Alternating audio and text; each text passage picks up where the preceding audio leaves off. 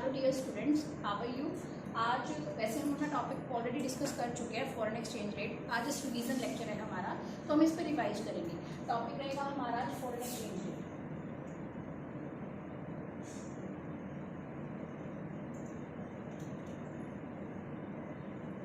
Foreign exchange rate already we discuss about this.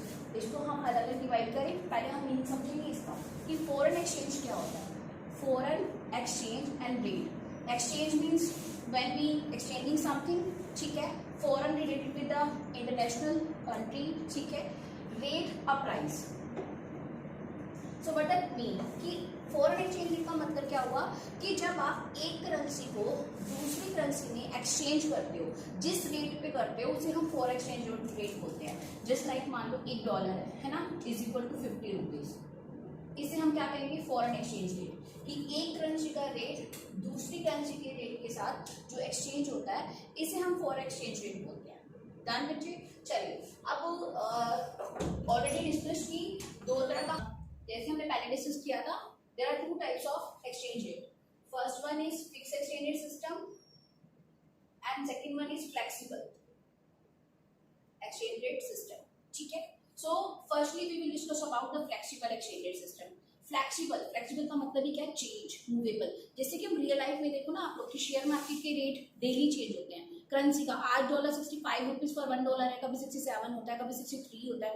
ये जो rate बार बार change होते हैं उसे हम बोलते हैं फ्लेक्सिबल एक्सचेंज रेट सिस्टम। होता किसकी वजह से है, ये आप लोगों को पहले से पता है। किसकी वजह से, मार्केट फोर्स की वजह से। और मार्केट फोर्स या इकोनॉमिक स्टूडेंट्स, हमें पता है मार्केट फोर्स मतलब डिमांड एंड सप्लाई, ठीक है। डिमांड एंड सप्लाई की वजह से हमारी करेंसी का जो रेट डिसाइड होगा उसे हम लोग बोलते हैं फ्लेक्सिबल एक्सचेंज रेट सिस्टम। चलिए अब इसको हम ड्रॉ करके देखते हैं। एंड सप्लाई का हम डायग्राम बनाएंगे। ये मैं डिस्कस नहीं करूंगी अब कि हम कैसे बनाएंगे। +1 में हमने सारा यही पढ़ा है, डिमांड कर्व क्या होता है, सप्लाई कर्व क्या होता है। We already know that demand curve slope जो होता है हमारा क्या होता है, डाउनवर्ड।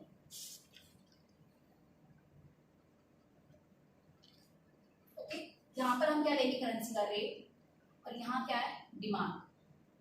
सेम एज सप्लाई का हम डायग्राम बनाए। सप्लाई का स्लोप क्या होता है हमारा बच्चे, upward, just because of positive relationship between rate and supply. Clear है।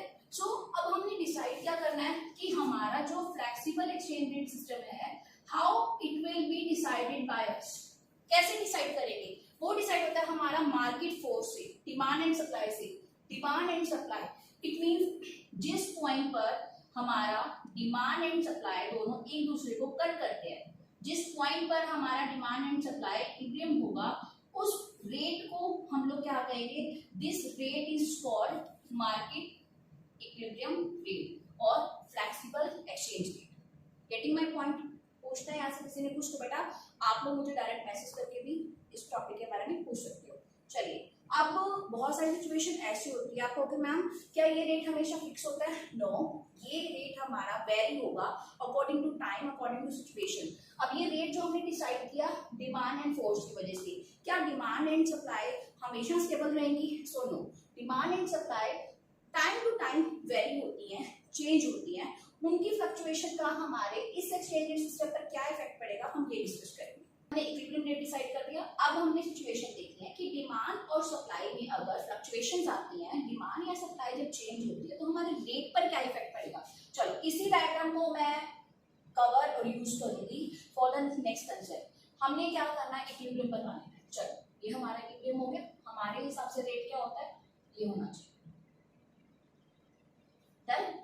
अब हमने बताना है फर्स्ट सिचुएशन, क्या देखो, when demand and supply both are in the same way, ठीक है। तो हमने ये रेट डिसाइड किया।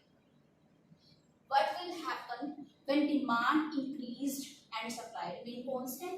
क्या बोलेंगे हम, जब हमारी डिमांड, इसको हम इस तरह से ले सकते हैं, इक्वल, ठीक है। अब हम क्या करेंगे, डिमांड हमारी इंक्रीज हो रही है बट सप्लाई हमारी सेम है, क्या इफेक्ट पड़ेगा हमारी इकोनॉमी पे। वैसे आप लोगों को जानते हो, इस चीज के बारे में हम डिस्कस कर चुके हैं। एग्जाम्पल ले लो, देखो बेचने वाला, अगर एग्जाम्पल हूं मैं, 10 यूनिट बेचने को रेडी है, खरीदने वाले क्या हो गए, नियर अबाउट 50, नियर अबाउट 20 लोग हैं, ठीक है। तो वो जो शॉपकीपर है वो क्या करेगा, अपने भाव बढ़ाएगा। उसके भाव बढ़ जाएंगे कि यार इतने लोग आगे खरीदने के लिए। सो अगर प्रैक्टिकल इकोनॉमिक्स में देखें तो हम क्या बोलेंगे, जब किसी भी प्रोडक्ट की डिमांड ज्यादा हो, सप्लाई सेम है, क्या इफेक्ट पड़ेगा, भाव बढ़ जाएंगे। भाव मीन्स क्या हो जाएंगे, प्राइस बढ़ जाएंगे। और हम इसमें एक्सचेंज रेट में क्या बोलेंगे, रेट बढ़ जाएंगे। चलिए दिखाए, डिमांड जब इंक्रीज होती है तो अपवर्ड शिफ्ट होती है, देखो हो गई। क्या सप्लाई हमने चेंज की है, नो चेंज। अब हमारा नेक्स्ट इंटरसेक्ट पॉइंट कौन सा है, दिस वन। अब देखो पहले रेट था हमारा आर, सप्लाई हमारी कांस्टेंट है, जिस पॉइंट पे इंटरसेक्ट किया एक दूसरे को कट किया हमने वो पॉइंट कर लिया, ये पॉइंट हमारा ई, ये हो गया E1। अब देखो हमारी सप्लाई सेम कांस्टेंट, सिर्फ डिमांड के इंक्रीज होने से हमारे रेट क्या हो गए बेटा, ज्यादा। जो तुम्हें मैंने थ्योरी में बताया वो मैंने डायग्राम में प्रैक्टिकल करके भी दिखाया। Getting my point. चलिए अब हमने बात कर ली फर्स्ट। सेकंड क्या है भाई, देखो डिमांड कम हो गई, सप्लाई हमारी सेम है, सप्लाई को कोई भी इफेक्ट नहीं पड़ा, जैसे हमारी सप्लाई पहले की अभी भी यही है। चलो इसका एग्जांपल ले ले पहले प्रैक्टिकल लाइफ में। अब देखो मैं 100 यूनिट बेचने के लिए रेडी हूँ, अभी मार्केट में 100 यूनिट मैंने बेचनी है, मैंने दुकान पे 100 चीजें रखी हैं, खरीदने वाले 30 या 40 लोग ही आए, वो 50 चीज मेरी खराब हो जाएगी। उस डर की वजह से मैं क्या करूंगी, अपने रेट कम कर दूंगी। ये क्या है, इसका इम्पैक्ट हमारे फॉरेन एक्सचेंज में भी पड़ता है कि when demand is less and the supply, currency की सप्लाई इतनी ज्यादा है, खरीदने वाला उस करेंसी को कोई भी नहीं है, तो ऑटोमेटिकली उसके रेट क्या हो जाएंगे, कम हो जाएंगे।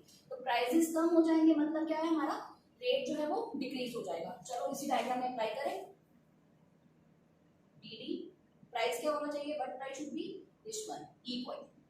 ठीक है चलो अब हमने सेकंड सिचुएशन क्या लिया है, फर्स्ट सिचुएशन हमने ये ली, सेकंड सिचुएशन हमने ये ली।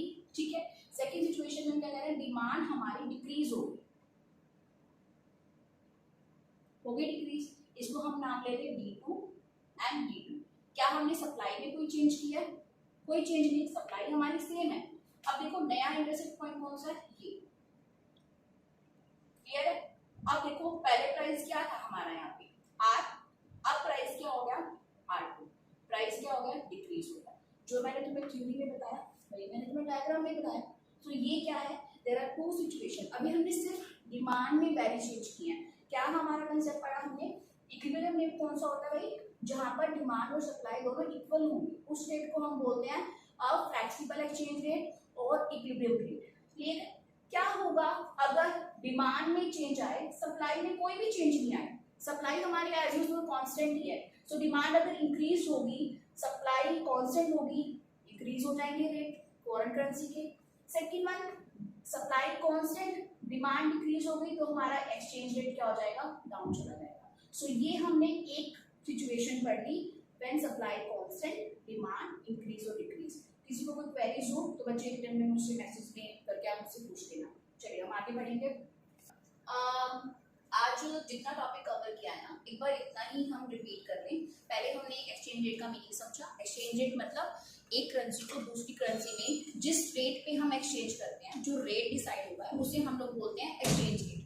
ठीक है, उसके बाद हमने कवर किया there are two kind of exchange rate, fix and flexible. Fix मैं आपको नेक्स्ट लेक्चर में कराऊंगी। फ्लेक्सिबल का मतलब क्या होता है, flexible exchange rate is decided by market force. Market force में डिमांड एंड सप्लाई, और इसी को हम बोलते हैं हमारा इक्विलिब्रियम रेट।